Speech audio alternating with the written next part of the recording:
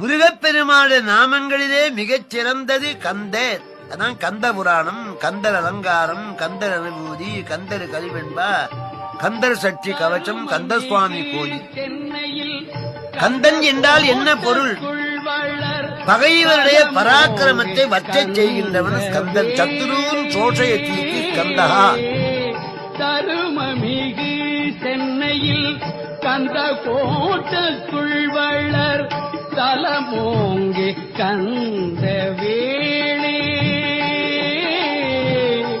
கண்முகத் துய்யமணி உன்முகச் Saivamani கண்முகச் செய்வமணியே கண்முகத் துய்யமணி உன்முகச் Saivamani கண்முகச் செய்வமணியே